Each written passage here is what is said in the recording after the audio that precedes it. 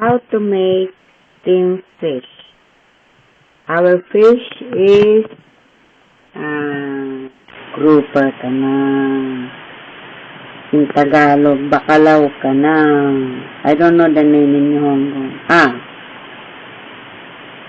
Ano bang tawag dyan sa Nihongo? Palimutan ko din. Ngayon, steam natin siya. Pero malaki kasi. Maliit yung steamer. Kaya naisip ko kumuha ng malaking kaldero. Tapos, lagyan ko siya nito. Ayan. Yung ginagamit sa pudding. Para hindi siya mabasag. Tapos nilagyan ko ng tubig kasi pag pinakukuluan siya, baka tumalbog. Matapon yung pinakukuluan na, pinapaitiman natin, no? Nilagyan ko rin siya ng mga ginahit sa sibuyas. Ngayon, gagamitin natin itong itlog, kaya para makatipid sa kuryente. Yan. Papakuluan natin lahat yan. Tapos ngayon, ito yung isda. Pag dilinis ko sa kanya kanina, tinanggal ko yung butuka niya. Ngayon, para maalis yung mga dugo-dugo dyan sa mga singit-singit, kinayot ko ng toothbrush, yung ginagamit. Yan, para kita nyo, kukuha yung dugo, diba? Kasi pag may dugo, malang pa yan. Ngayon, nakita ko sa TV, yung iba, ganyan lang siya, tapos sasaksak yung mga ingredients lang. Naisip ko, bakit hindi hiwain hanggang loob, no? Yan, nakita nyo, diba? Tapos ngayon, meron tayong asin. Lalagyan natin siya ng konting asin dyan. Lagyan ng konting asin. Dito rin sa may ulo, lagyan nyo rin ng konting asin dyan sa may ulo. Tapos, saksakan nyo na ng mga hiniwang. Yan, mga hiniwang sibuyas. Para mawala yung mga baho niya. Ito naman, green dyan. Ito naman yung Italian parsley ba yan o cilantro yata yan sa Pinas, ano? Tingnan nyo mabuti yung mga dahon niya. Hindi naman siya celery. Kasi tingnan nyo yung puno. Oh, maliit, diba?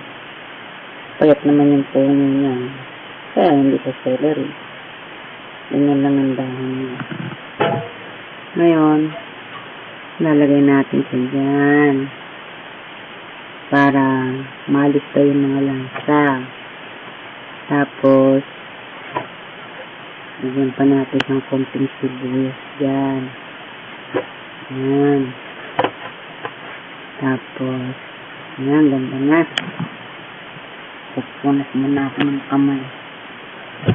Ito naman yung paminta.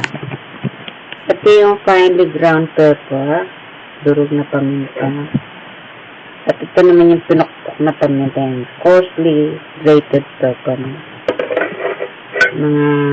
Malalaman nyo kung bakit dalawang klase ng paminta ang gagamitin natin.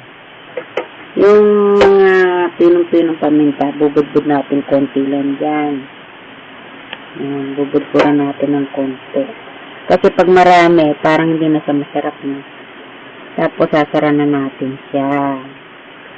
Kasi itong malalaki mga gayat ng paminta, kumatay ng konti na 1/3 o 1/8 teaspoon lang siya.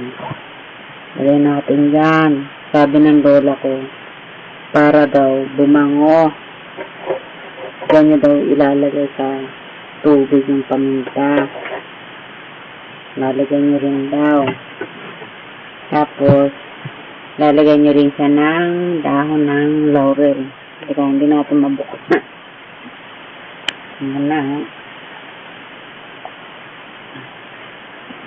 Wala kasi yung babagyan natin kanina.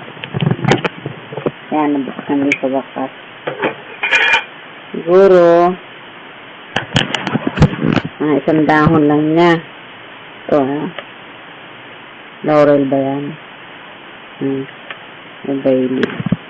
Lalagay nyo yan. Huwag masyadong marami. Pampabangalan. Tapos ngayon, itong plato, lalagay dyan. Bago nyo, lalagay yan, malaking isda. Yan.